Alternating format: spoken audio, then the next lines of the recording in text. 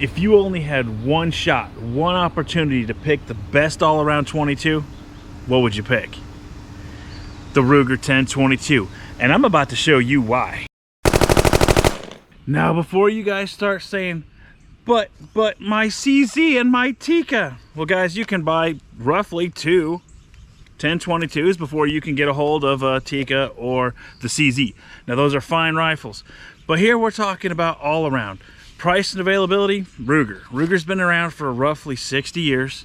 They have the aftermarket backing that you can literally replace anything and everything, or you can just build one from aftermarket parts. Now, we will concede for shooting 100 yards or further, absolutely. There are far better choices than the 1022. But for everyday purposes, we're talking planking out to 50 yards, you can still stack them in there. For hunting, for just throwing in the truck, for just taking one out and just tinkering around, modding it, put a different barrel in it, different magazine, different trigger groups.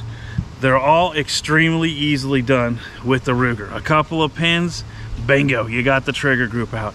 A couple of bolts and a good twist, bingo, you got the barrel apart. This is an extremely easily tinkered with firearm. It's like Legos and a whole bunch of fun to get in with a few aftermarket parts and just try to see what kind of accuracy you can get out of them. And you would be surprised. One of my favorite offerings that the 1022 has is the short little carbine.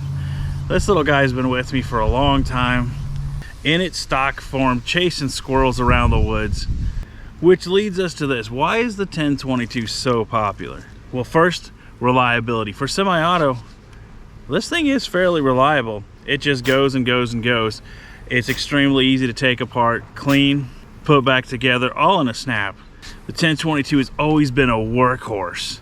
And that's important, especially when you're in the hunting woods and you just want a rifle that's just gonna perform. 1022 is it. It's quick, it's fast, it's simple. The next thing would be affordability. I was at my local farm store and you can pick one of these up still for right under $3. That's here in southern Missouri. What more can you ask for? A lifetime of plinking and squirrel hunting, and they're popular. So most farm stores, to even some of our bigger stores, always will carry a 1022 on the shelf because they know of its reputation. And it definitely has the ease of use. I would say it's definitely geared towards the squirrel hunter or just somebody to throw it in the back of their truck for farm patrol. Ease of use. I mean, you have, bingo, magazine release, safety's in a perfect spot, got a crossbolt safety there, charging handle, bingo, it's quick, it's fast, it's simple, and it works every time. And because it's semi-auto, you can engage in multiple little critters on the ground relatively quickly with an extremely low recoil. This has always been a fan favorite, and it always will continue to be.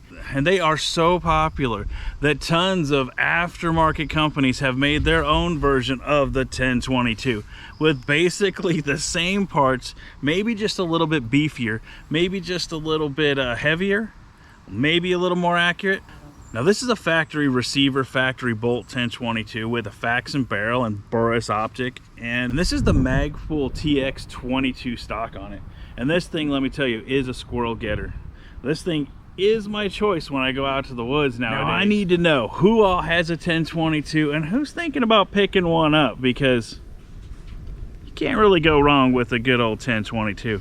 Guys, until next time, let's keep it cheap.